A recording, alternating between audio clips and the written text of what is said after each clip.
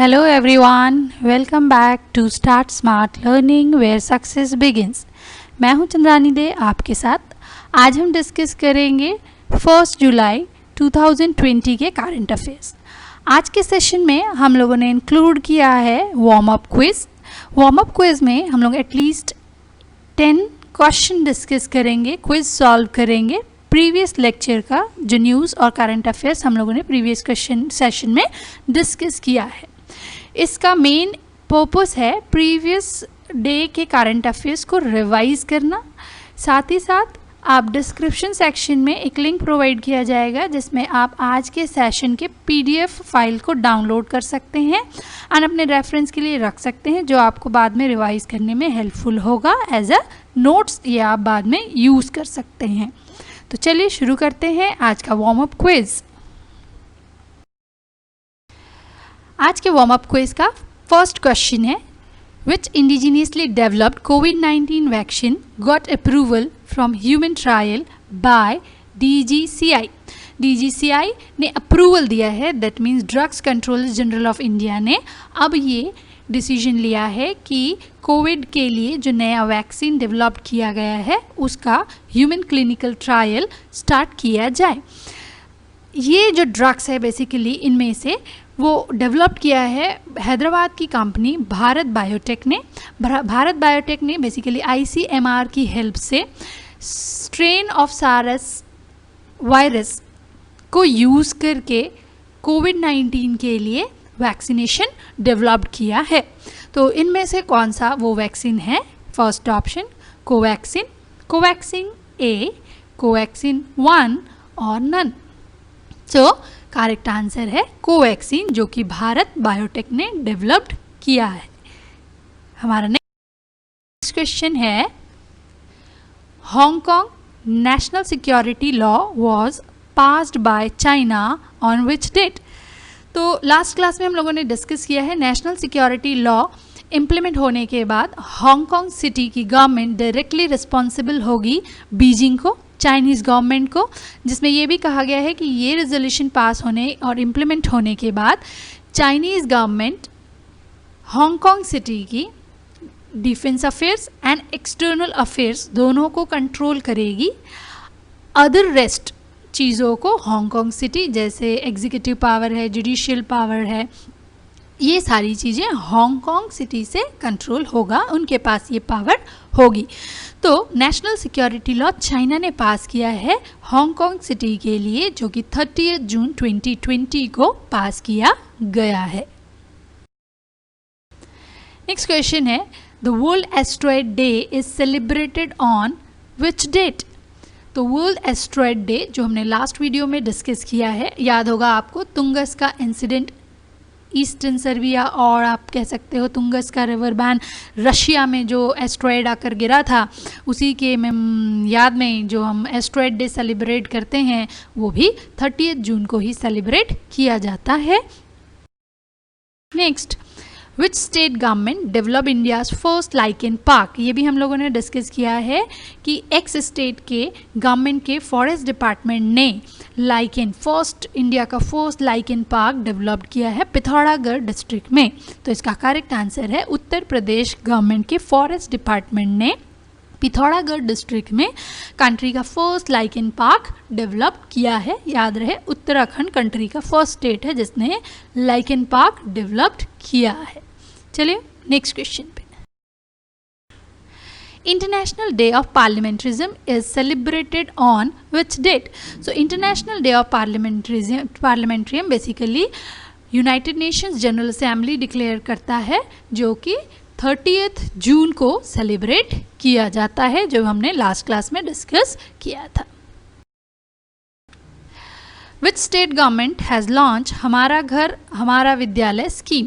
तो ये हम आज की क्लास में डिस्कस करेंगे, हमारा घर हमारा विद्यालय स्कीम, जो कि मध्य प्रदेश गवर्नमेंट ने लॉन्च किया है। मध्य प्रदेश गवर्नमेंट का ये प्रोग्राम स्कीम है हमारा घर हमारा विद्यालय scheme. Who launch Nada app recently. अब भाई नाडा ऐप को सॉल्व करने के लिए या समझने के लिए सबसे पहले तो नाडा का फुल फॉर्म क्लियर होना चाहिए, national anti doping agency. So full form है नाडा का नेशनल एंटी डोपिंग एजेंसी, जो कि पहला मोबाइल ऐप लॉन्च कर रहा है ये एजेंसी, जिसमें बेसिकली जो ड्रग्स वगैरह लेते हैं एथलीट्स उसकी टेस्टिंग के लिए ये एजेंसी काम करती है। तो इसे लॉन्च भी करेंगे स्पोर्ट्स से related person he, that means sports minister कौन है? सो किरण रिजिजू हमारे स्पोर्ट्स मिनिस्टर है, जिन्होंने नाडा एजेंसी का सबसे पहला मोबाइल ऐप लॉन्च किया है, जहाँ नाडा का फुल फॉर्म है नेशनल एंटी डोपिंग एजेंसी। तो ध्यान रहे, national anti doping agency, Kiran Rijiju, sports minister of India. ठीक है, सो ये रहा हमारा कुछ वार्म अप क्विज। तो चलिए आज स्टार्ट करते हैं 1 जुलाई 2020 के करंट अफेयर्स का सेशन। आज के हेडलाइंस जो हम कवर करेंगे उसमें इंक्लूड किया गया है मेन हेडलाइंस को, जिसमें है India Japan hold PASSEX naval exercise to promote understanding in Indian Ocean. United Nation General Assembly president Tijjani Muhammad Bande launch alliance for poverty eradication. India joined as a founding member. 23.4% decline growth rate of 8 core industries in May 2020. Centralized system of stamp duty collection comes into effect from 1st July 2020. USD 750 million approved under COVID-19 emergency response program for MSMEs in India by World Bank Group. हमारा घर हमारा विद्यालय campaign in Madhya Pradesh from 6th July. Maharashtra launch Project Plantina for COVID-19 patients. 36th biannual ASEAN Summit held virtually. National Doctors Day being observed today. Gudni Jonasson re-elected as a president of Iceland. Former RBI Governor C. Rangarajan confronted with lifetime achievement. Government declares entire Nagaland disturbed area for 6 more months under AFSPA Act 1958. Fitch slashes India's growth forecast for financial year 2022 to 8%. Project contracts at 5% for 2021. Hindi literature writer Priyamvat new book भारतीय लोकतंत्र का chorus कुछ बिसरी।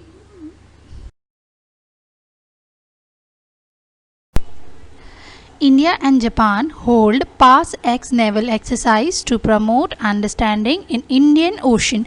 Indian Ocean में एक naval exercise चल रहा है इंडिया और जापान का, जिसका नाम है PASX। तो PASX exercise basically Indian ocean में प्रैक्टिस एक्सरसाइज है, नेवल प्रैक्टिस एक्सरसाइज है इंडिया और जापान का। ये एक्सरसाइज पिछले 3 साल में 15 बार इस टाइप की एक्सरसाइज इंडिया और जापान ने इंडियन ओशन में प्रैक्टिस किए हैं।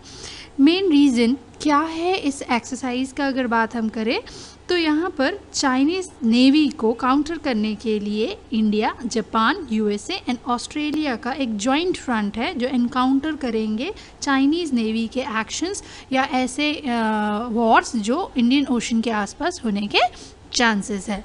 इसके अलावा जापान, जैसे कि हम सभी जानते हैं, नॉन न्यूक्लियर सबमरीन में वर्ल्ड का नंबर 1 कंट्री है, जिसके पास नई टेक्नोलॉजी के साथ साथ एंटी सबमरीन वॉरफेयर टेक्नोलॉजीज़ भी है।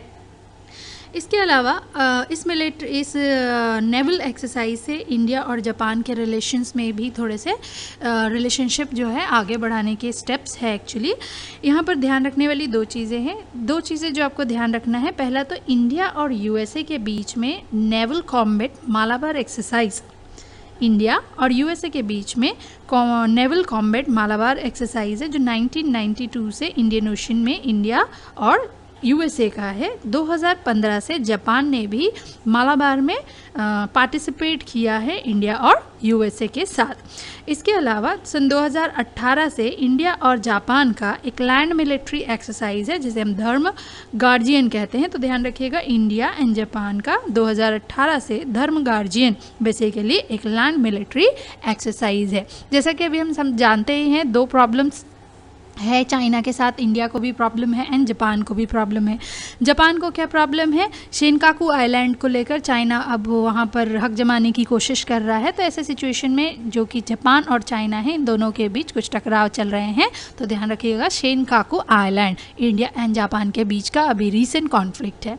उसी तरह इंडिया और चाइना के बीच में भी कॉन्फ्लिक्ट चल रहा है। गैल्विन वैली में जब 15 जून को 20 इंडियन आर्मी के लोग मारे गए, तब से सिचुएशन और ज़्यादा बॉर्डर पे ख़राब हो गई है। इसीलिए चाइना के साथ अभी इंडिया और जापान दोनों का ही कॉन्फ्लिक्ट चल रहा है, जिससे इंडिया और जापान को ज़्यादा रिलेशनशिप में स्ट्रेंथन करेगा ये एक्सरसाइज, जो कि इंडिया और जापान का एक नेवल एक्सरसाइज है इंडियन ओशन में। ध्यान रखिएगा, पास एक्स। तो पास एक्स इंडिया और जापान का इंडियन ओशन में नेवल एक्सरसाइज है।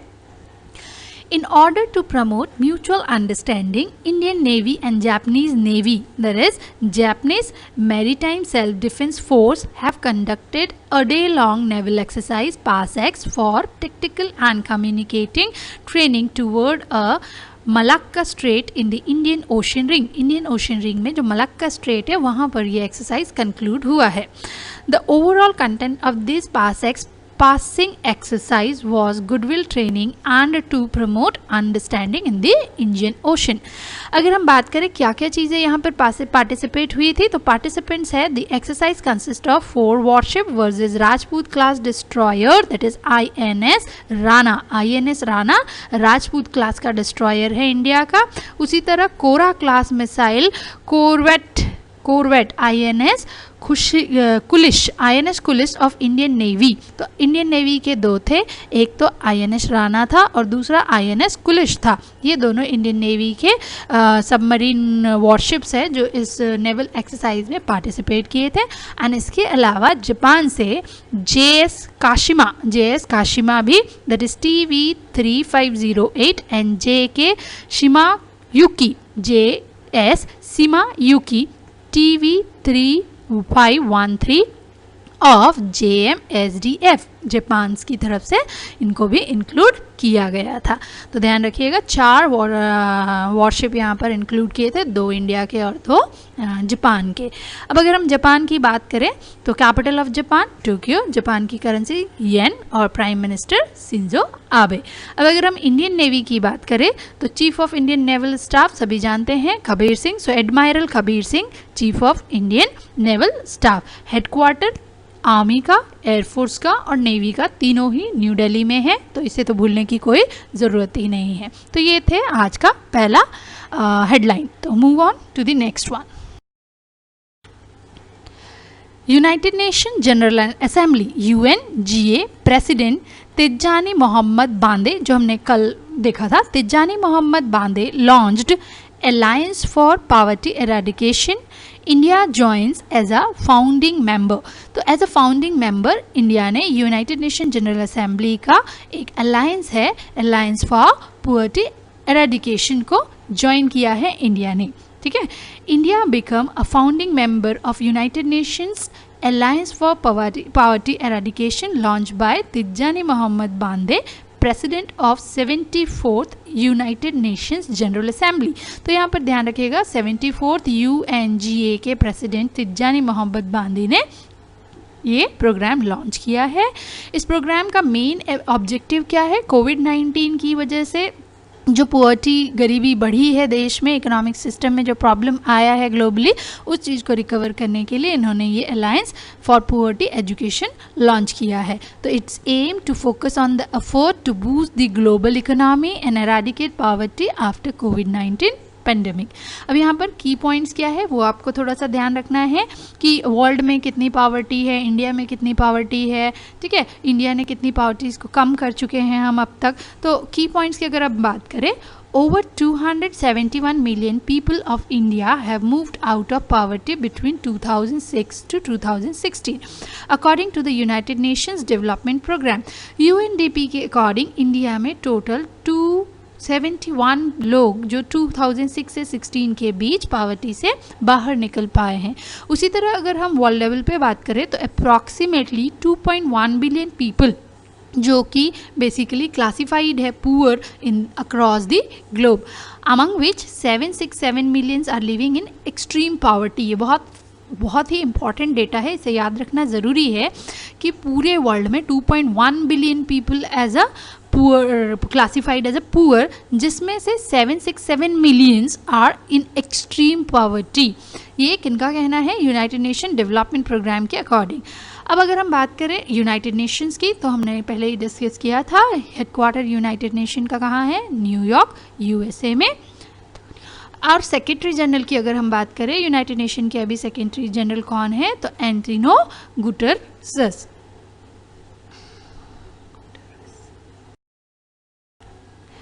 नेक्स्ट न्यूज़ जो है 23.4% decline in growth rate of 8 core industries in May 2020। 2020 के मई मंथ में 8 कोर सेक्टर, जैसे कि 8 कोर सेक्टर को आपको ध्यान रखना है कि 8 कोर सेक्टर कभी कभी एग्जाम में क्वेश्चन आता है, इनमें से कौन सा 8 कोर सेक्टर में इंक्लूडेड है या इंक्लूडेड नहीं है। तो ध्यान रहे 8 कोर सेक्टर जो हमारी इंडस्ट्रीज़ में हैं, coal, crude oil, natural gas, refinery product, fertiliser, steel, cement and electricity, ये हमारे 8 कोर सेक्टर्स हैं इंडस्ट्री के लिए। और अब ये कहा जा रहा है कि मई मंथ 2020 में 8 कोर सेक्टर का ग्रोथ डिक्लाइन हुआ है 23.4%। तो 23.4% डिक्लाइन 8 कोर सेक्टर में देखने को मिला है। Index of the 8 core industry for the month of May 2020 was released on 30th June 2020. The index was released by the Office of Economic Affairs under the Department for Promotion of Industries and Internal Trade। तो ये भी ध्यान रखिएगा, economic affair ministry से department of promotion of industries and internal trade ये data release करता है, जिसमें उन्होंने कहा है out of total item included in the index of industrial production the 8 core industries comprises of, मतलब टोटल जो आइटम हम यूज़ करते हैं उसमें से जो कोर इंडस्ट्री का कॉन्ट्रीब्यूशन है that is 40.27% weightage of the total. तो टोटल का इतना परसेंट 40.27% इंडस्ट्रियल सेक्टर का, कोर सेक्टर का कंट्रीब्यूशन होता है या कोर सेक्टर कंप्राइज करता है इंडस्ट्री का। जहां पर आपको ये ध्यान रखना है कि 8 core sectors coal, crude oil, natural gas, refinery product, fertiliser, steel and cement industries है। हाईलाइट ये कह रहा है कि इन कोर सेक्टर्स की अगर हम बात करें तो ग्रोथ रेट जो है 8 कोर सेक्टर का इम्प्रूव हुआ था 37%, जो कि अप्रैल 2020 की बात है। तो अप्रैल मंथ में 37% का ग्रोथ था, लेकिन मई मंथ में ये नेगेटिव ग्रोथ कोरोना पैंडमिक की वजह से डाउन ग्रोथ हो गया, जो कि 23.4% हो गया 37 से। ठीक है, तो ध्यान रखिएगा कितना परसेंट था? अप्रैल मंथ में 37% था, जो कि डाउनग्रेड और नेगेटिव ग्रोथ होकर कोरोना पैंडमिक की वजह से 23.4% रहा।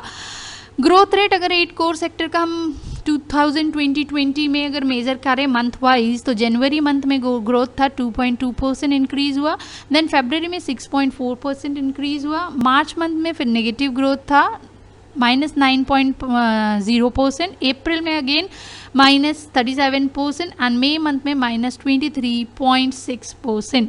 ठीक है, तो ये नेगेटिव ग्रोथ रहा है 8 कोर इंडस्ट्रीज़ में इंडिया के। तो ध्यान रहे 23.4% डिक्लाइन हुआ है, अप्रैल में -37% डिक्लाइन हुआ था एंड मार्च में -9.0% डिक्लाइन था, बट फरवरी एंड जनवरी में हम पॉजिटिव ग्रोथ में थे। तो यहाँ पर बस यही ध्यान रखिएगा कौन से कोर सेक्टर में इंक्लूडेड है, कितना परसेंट ओवरऑल मई में डिक्रीज हुआ, अप्रैल में डिक्रीज हुआ, दैट्स इट।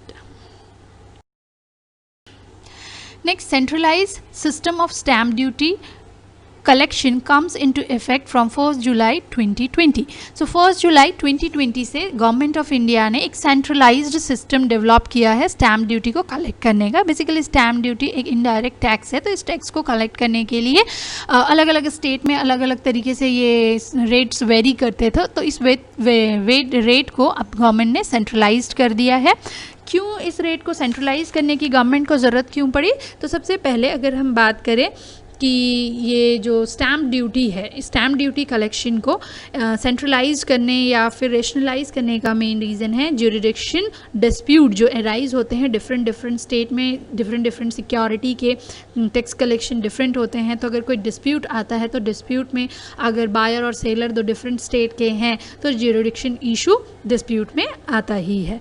एंड दूसरी चीज़ जो प्रॉब्लम यहाँ पर बेसिकली जनरेट होती है तो मल्टीपल ड्यूटी आपको देनी पड़ जाती है. तो मल्टीपल ड्यूटी इंसिडेंट ये होता है कि आपने एक स्टेट से परचेज़ किया, फिर दूसरे स्टेट में जाकर सेल किया, फिर दूसरे स्टेट से तीसरे स्टेट में गए. तो ऐसे इस सिचुएशन में क्या होता है कि बार बार आपको वो ड्यूटी देनी पड़ जाती है कि एक बार आपने यहाँ पर दिया, फिर अगेन आपने दूसरी जगह पर दिया.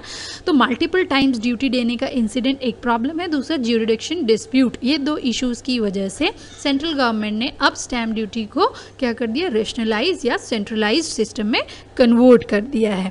अब ऐसे सेंट्रलाइज्ड कर देने से क्या प्रॉफिट होगा गवर्नमेंट को? तो दो एडवांटेज है इसके. पहला एडवांटेज ये है कि कलेक्शन में मिनिमम कॉस्ट लगेगा एंड दूसरा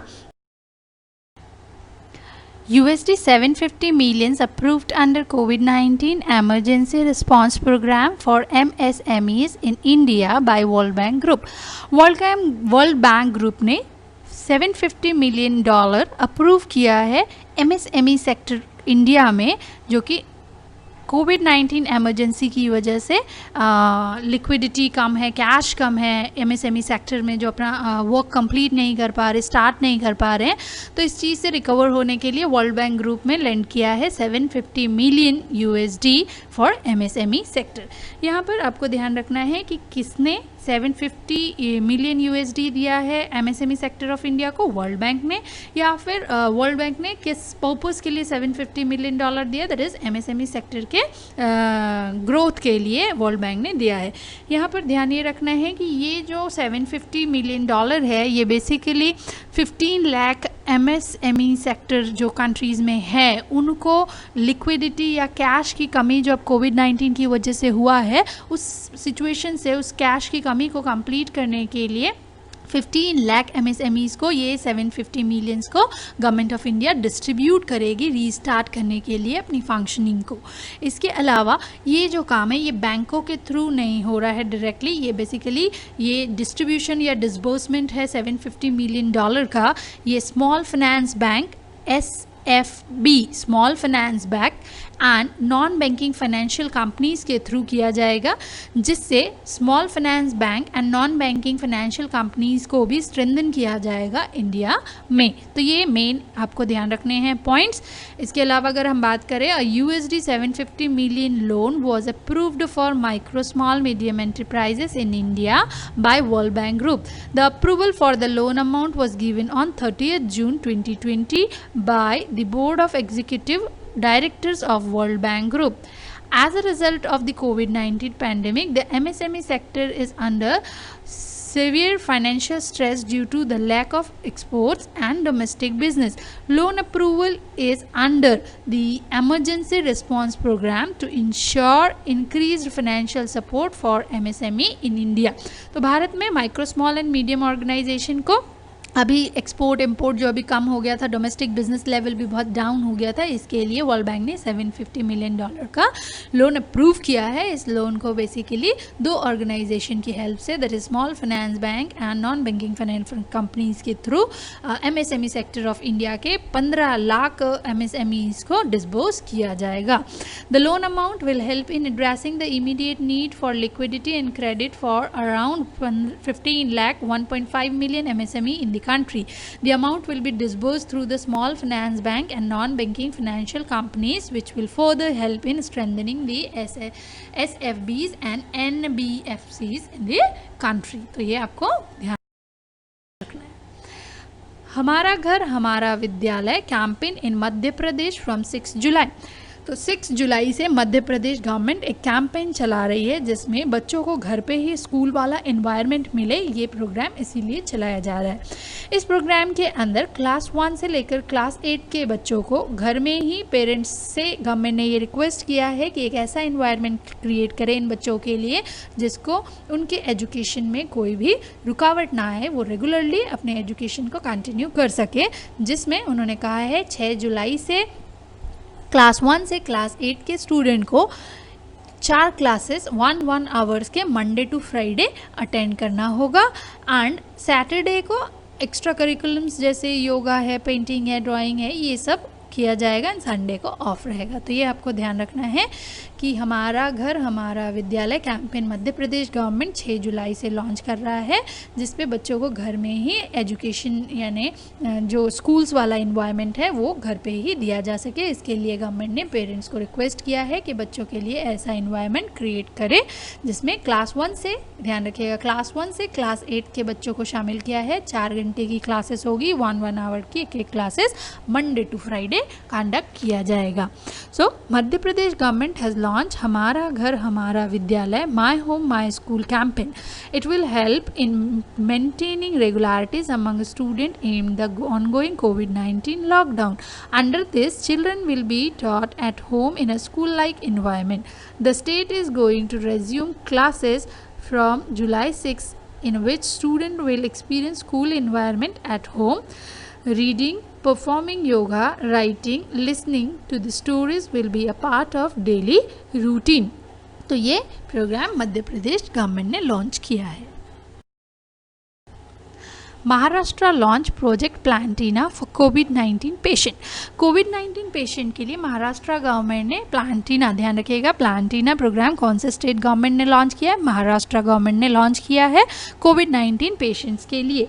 इस प्रोजेक्ट के अंदर महाराष्ट्र गवर्नमेंट का कहना है ये वर्ल्ड का लार्जेस्ट प्लाज्मा थेरेपी है, ये वर्ल्ड का लार्जेस्ट प्लाज्मा थेरेपी है, जिसमें गवर्नमेंट ने चीफ मिनिस्टर रिलीफ फंड से 16,065 करोड़ रुपए इन्वेस्ट किया है. इस प्रोजेक्ट में 16,065 करोड़ रुपए इन्वेस्ट किया है महाराष्ट्र गवर्नमेंट ने चीफ मिनिस्टर रिलीफ फंड से, जिसमें सीवियर कोविड-19 पेशेंट्स को 200 ml प्लाज्मा डोजेज फ्री में दिया जाएगा. ध्यान रखिएगा, 200 ml प्लाज्मा डोज फ्री में दिया जाएगा, जिसके पूरे महाराष्ट्र में टोटल 21 सेंटर्स होंगे जहां पेशेंट्स को ये फैसिलिटीज़ दी जाएगी.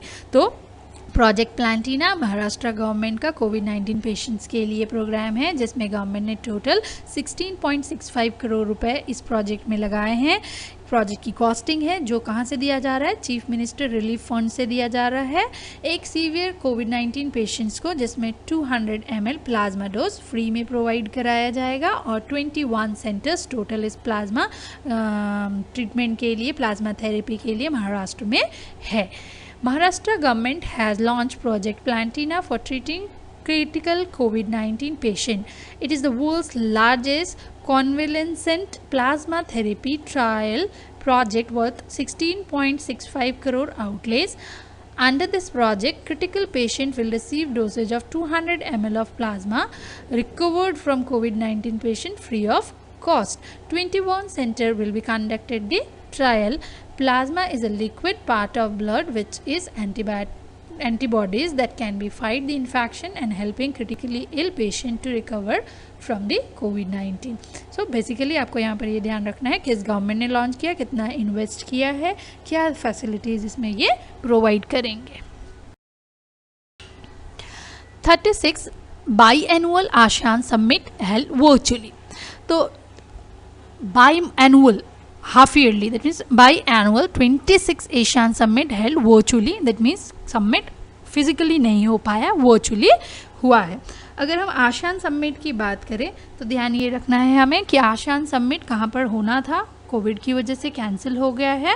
एंड इस बार के आसियान समिट का थीम क्या था एंड कहाँ पर ये कंडक्ट हुआ है, ठीक है. तो 36 edition of biannual ASEAN. So ASEAN का फुल फॉर्म ध्यान रखिएगा, बहुत इंपॉर्टेंट है, बहुत ज़्यादा एग्जाम में पूछा जाता है कि आसियान का फुल फॉर्म क्या है, क्या इंडिया आसियान का मेंबर है या नहीं है, एंड आसियान का हेडक्वार्टर कहाँ है. ये तो 3 क्वेश्चन बहुत पुराने क्वेश्चन है जो कॉम्पिटिटिव एग्जाम में कई सालों से पूछे जा रहे हैं।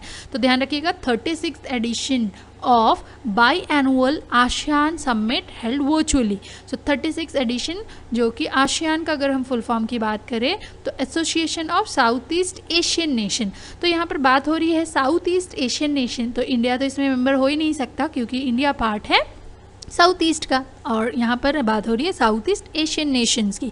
तो हम साउथ ईस्ट में नहीं हैं, हम साउथ में है एशिया के, इसीलिए हम ज्योग्राफिकल रीजन की वजह से इसमें मेंबर नहीं है।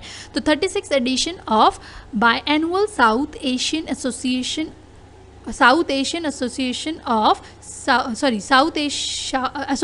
of Southeast Asian Nations Summit was held virtually under the chairmanship of Vietnamese Prime Minister Nguyen Xuan Phu. The theme was cohesive and responsive ASEAN. The summit focused on COVID-19 pandemic response, post-pandemic recovery and further cooperation with partners. Okay, it was scheduled to be held in April में होना था, कहाँ पर, दानांग में Vietnam में, but ये नहीं हो पाया, इसीलिए अब इसे जून में कंक्लूड किया गया, बट ये पोस्टपोन होने का रीज़न तो कोविड-19 था। अब आसियान की हेडक्वार्टर की अगर हम बात करें तो जकार्ता इंडोनेशिया में है आसियान का हेडक्वार्टर। तो इस पूरे न्यूज़ में आपको ध्यान ये रखना है कि आसियान का फुल फॉर्म क्या है, association of south east Asian nation, जिसमें इंडिया मेंबर नहीं है, एंड आसियान का हेडक्वार्टर इंडोनेशिया में है। इसके अलावा अगर आप चाहें तो आप वियतनाम के प्राइम मिनिस्टर का नाम भी ध्यान रख सकते हैं। National doctors day being observe today. तो नेशनल डॉक्टर्स डे आज मतलब 1 जुलाई को सेलिब्रेट या ऑब्जर्व किया जाता है। अगर हम बात करें नेशनल डॉक्टर्स डे की, तो नेशनल डॉक्टर्स डे का सेलिब्रेशन 1991 से स्टार्ट हुआ है। 1991 से हम डॉक्टर्स डे सेलिब्रेट करते आ रहे हैं। तो हर साल जुलाई 1 को डॉक्टर्स डे हम सेलिब्रेट करते हैं, जिसका मेन एम क्या है, मेन एम है thanks doctors and physician for their dedicated services to the humanity के लिए डॉक्टर्स ने जो डेडिकेटेड अपनी सर्विसेज दी है उसको थैंक्स के लिए ये डे सेलिब्रेट किया जाता है। एंड फर्स्ट टाइम ये 1 जुलाई 1991 से सेलिब्रेट किया जा रहा है। अब डॉक्टर्स डे बेसिकली बर्थ और डेथ एनिवर्सरी ऑफ डॉक्टर बिधान चंद्र रॉय के बर्थ और डेथ एनिवर्सरी के दिन सेलिब्रेट किया जाता है, जो कि 1 जुलाई है। अगर हम बात करें डॉक्टर बिधान चंद्र रॉय बेसिकली ये 1948 से 1962 तक वेस्ट बंगाल के चीफ मिनिस्टर रहे हैं, और इसके अलावा भी उन्हें बहुत सारे इवेंट्स, जैसे उनको हम के इम्पॉर्टेंट इसीलिए है क्योंकि भारत रत्न उनको 1961 में दिया गया था। तो 1961 में बिधान चंद्र रॉय को भारत रत्न दिया गया था एज अ डॉक्टर फिजिशियंस के लिए, इसीलिए ये बहुत ज़्यादा इम्पॉर्टेंट होता है डॉक्टर्स डे बिधान चंद्र रॉय 1 जुलाई। ठीक है, ये आप थोड़ा सा ध्यान रखिएगा। अब अगर हम बात करें कि इनकी एक बहुत फेमस बुक है जिसको आपको याद रखना चाहिए, जो है अ पैसेज टू ग्लोबलाइजेशन। तो डॉक्टर बिधान चंद्र रॉय की एक बुक है अ पैसेज टू ग्लोबलाइजेशन। ये कई बार एग्ज़ाम में पूछा जा चुका है। बस ये ध्यान रखिएगा कि 1948 से 62 तक इन्होंने as a chief minister of West Bengal काम किया है। इनका डेट ऑफ बर्थ अगर हम बोले तो 1 जुलाई 1882 पटना में हुआ था, और उसके बाद बाकी इनके आगे का एजुकेशन एंड सर्विसेज जो है वो वेस्ट बंगाल में ही हुआ है। तो अब अगर न्यूज़ की बात करें, so national doctors not international, so national doctors day is celebrated every year on July 1 to thank doctors and physicians for their dedicated service to the humanity. It was first observed in July 1991. The day marked the birth and death anniversary of Dr. Bidhan Chandra Roy, who was the most renowned Indian physician and former CM of West Bengal. कब से कब तक? 1948 से लेकर 62 तक। Okay, इस साल की अगर हम बात करें डॉक्टर्स डे का theme listen the mortality of the covid, listen the mortality of the covid. ये आपको ध्यान रखना है, बहुत इंपॉर्टेंट पॉइंट है।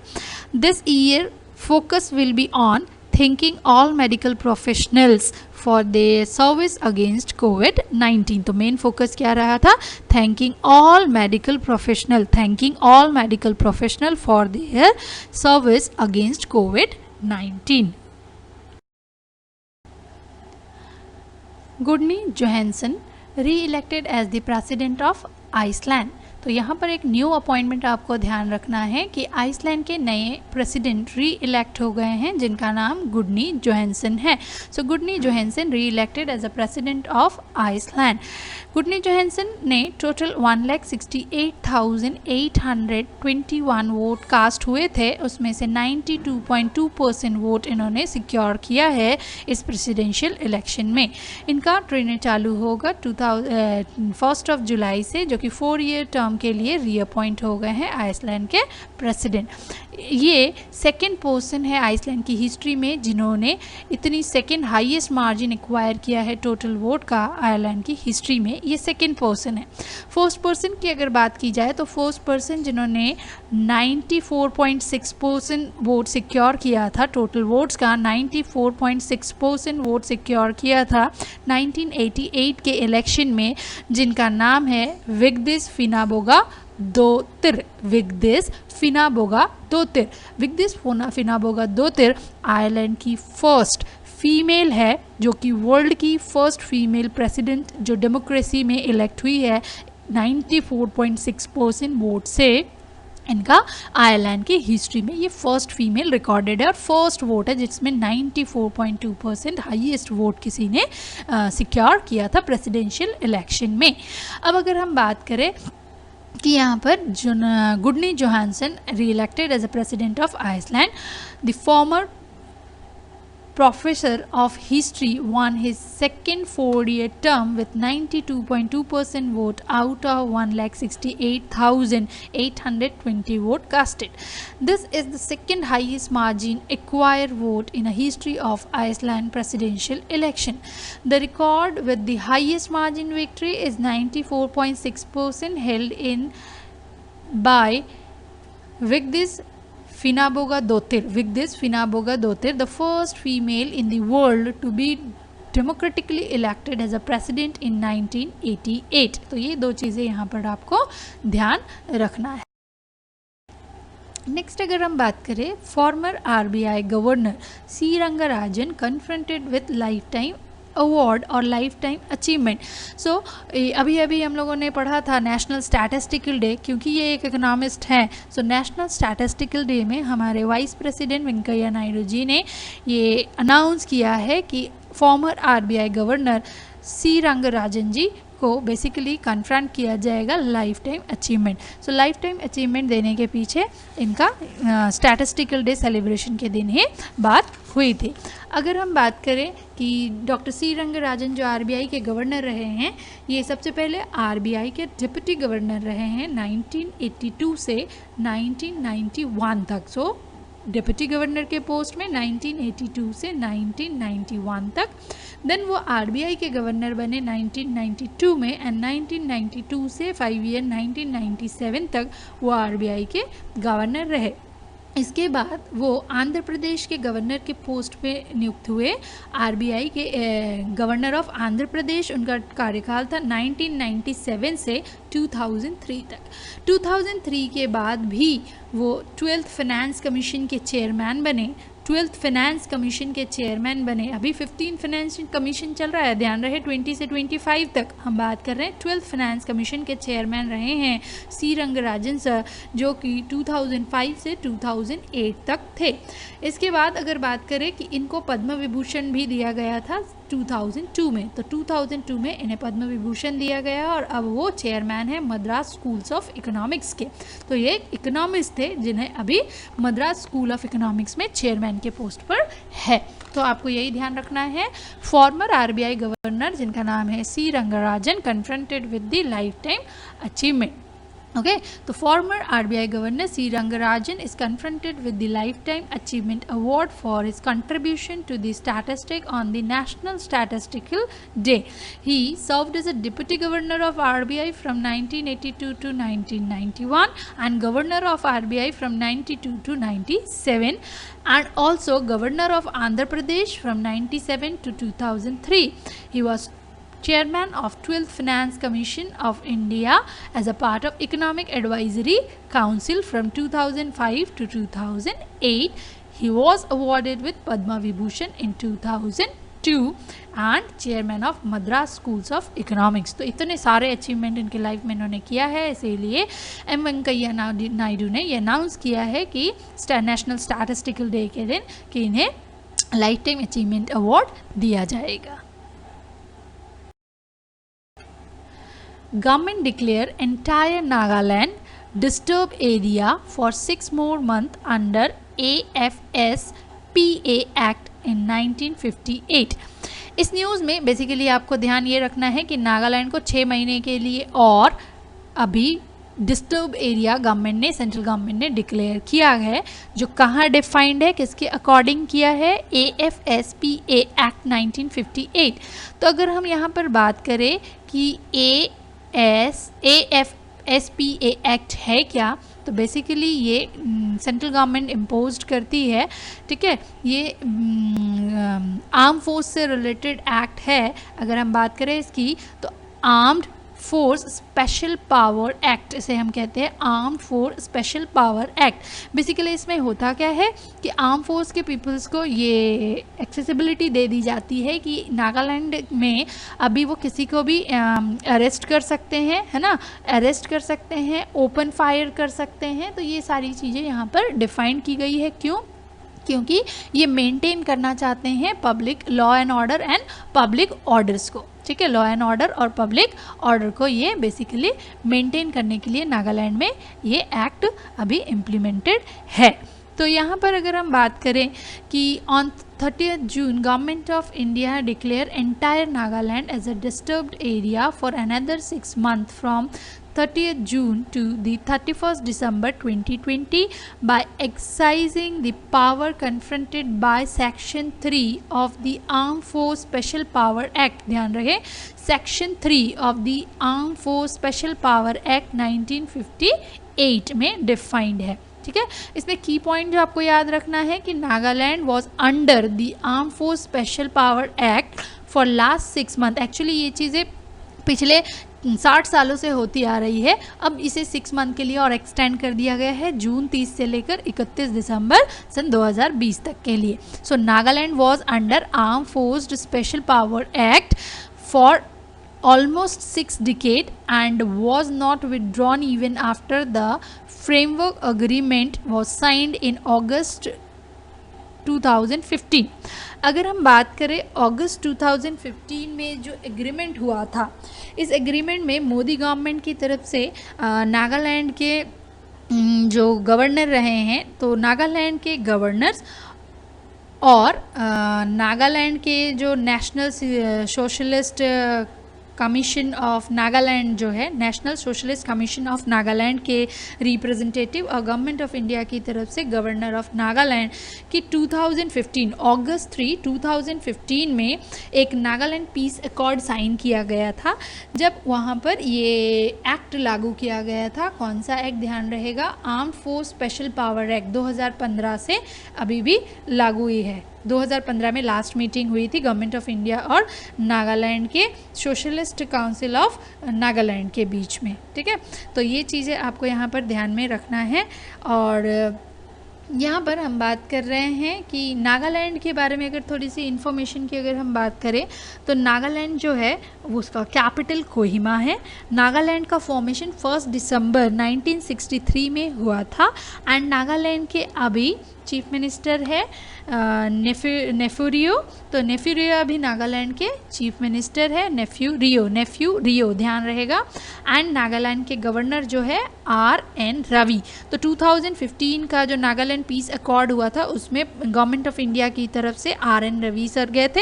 एंड इसके अलावा नागालैंड के जो NSCN के जो हेड है, रिप्रेजेंटेटिव है इसाका चिसी स्वाओ, और इंडिया के नागालैंड के गवर्नर RN रवि ने ये नागालैंड पीस अकॉर्ड को 2015 के 3 अगस्त को एग्रीमेंट में साइन हुआ था, और तब से ये चीज़ें एक्सटेंड होते जा रही है, और अभी भी इसे 6 महीने के लिए एक्सटेंड कर दिया गया है। तो यहाँ पर थोड़ा सा ध्यान भी ये रखना है आपको कि नागालैंड स्टेट जो है एक लैंडलॉक स्टेट है, और ये म्यांमार से बेसिकली लगा हुआ स्टेट है। Fitch/India's growth forecast for financial year 22 to 8%, projected contraction at 5% for financial year 21। तो फिच ने अपनी ग्लोबल इकोनॉमिक आउटलुक रिपोर्ट के थ्रू ये डिक्लेयर किया है कि 2022 में इंडिया का ग्रोथ 8% होगा, जबकि 2021 में इंडिया का ग्रोथ सिर्फ 5% होगा। दैट मीन्स फिच ने ये कहा है कि इंडिया अब स्टेबल से नेगेटिव ग्रोथ पे जा रही है, स्टेबल सिचुएशन से अब नेगेटिव ग्रोथ में जा रही है, जिसमें 2022 में 8% जीडीपी ग्रोथ होने की संभावना है, और 2021 में 5% जीडीपी ग्रोथ होगा। अगर वर्ल्ड लेवल की बात करें तो वर्ल्ड का जीडीपी ग्रोथ जो है 4.6% रहेगा, वहीं यूरोपियन जोन का जीडीपी ग्रोथ 8.2% रहेगा। और फिच का ये भी कहना है कि एशियन कंट्री में China one of the country है जो 1% ग्रोथ करेगा। तो यहाँ पर आपको यही ध्यान रखना है कि फिच ने अपनी ग्लोबल इकोनॉमिक आउटलुक रिपोर्ट में इंडिया को स्टेबल से नेगेटिव स्टेट में डाला है। उनका कहना है कि 2021 में इंडिया का जीडीपी ग्रोथ सिर्फ 5% होगा कोरोना की वजह से, एंड 8% 2022 में रहेगा। वर्ल्ड का टोटल जीडीपी ग्रोथ 4.6% रहेगा, एंड यूरोपियन यूनियन का जीडीपी ग्रोथ 8.2% रहेगा। So, on June 30, 2020, Fitch Ratings Inc. in its June 2020 update of Global Economic Outlook has lowered India's growth forecast for the financial year 21-22 is 8% from 9.5% projected in May 2020 due to the lockdown imposed by central government to prevent the outbreak of coronavirus. However, Fitch has not made any changes in the previous estimate of 5%. That means previously 5% था और वो 5% पे है decline in the economy during the current fiscal year 2021. Okay तो Fitch एक rating agency है, कहाँ की है? न्यूयॉर्क यूएस में इसका हेडक्वार्टर है। अभी अगर फिच के प्रेसिडेंट की बात करें तो आयन लेनिन फिच के प्रेसिडेंट है। तो यहाँ पर बस यही याद रखना है आपको, फिच ने कितना डाउनग्रेड किया है इंडिया को, 5% एंड 8%।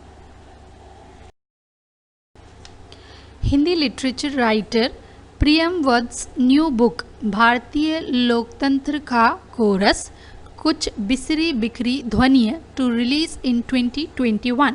मतलब next year Indian literature writer Priyam Vats की एक नई बुक रिलीज़ होने वाली है। बुक का नाम बड़ा लंबा चौड़ा है, ध्यान आपको रखना होगा।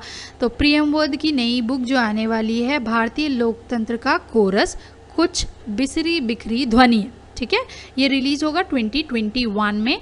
ये एक्चुअली हिंदी पॉकेट बुक होगा जो पब्लिश करेगा penguin random house of India's Indian language publishing house, ठीक है, ये पेंगुइन रैंडम हाउस से रिलीज़ होगा। इस बुक में बेसिकली उन्होंने पोस्ट इंडिपेंडेंट इंडिया का जो डेवलपमेंट है वो किस तरह से हुआ वो उन्होंने रिप्रेजेंट किया है इस बुक के through.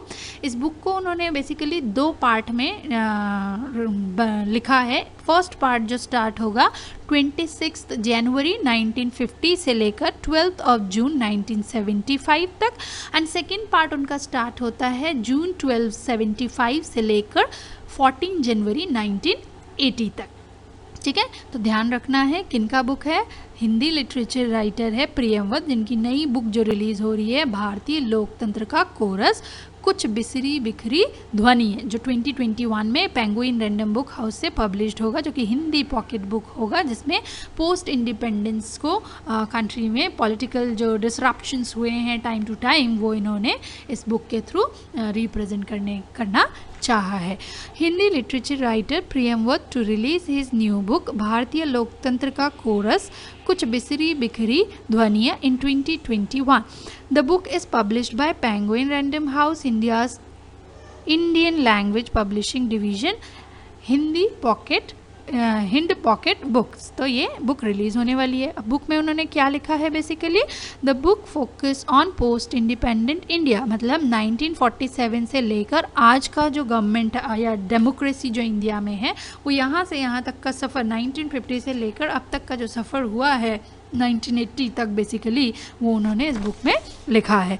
The book focus on the post independent India and trace the countries political disruption at the time. The book was covered event in two parts as follows. First part from January 26, 1950 to June 12, 1975. The second part from June 1275 to January 14, 98. It tries to portray the voice, event and the person through which represent democratic scenario is reached. तो कैसे 1950 से 80 तक पहुँचे, ये उन्होंने अपनी किताब में लिखा है। आई होप वीडियो आपको अच्छा लगा होगा। अच्छा लगा है तो प्लीज़ जल्दी से वीडियो को लाइक कर दीजिए, अच्छा नहीं लगा तो डिसलाइक भी कर सकते हैं, और वीडियोस के लिए चैनल को सब्सक्राइब करना ना भूलें। Have a nice day, thank you for watching us.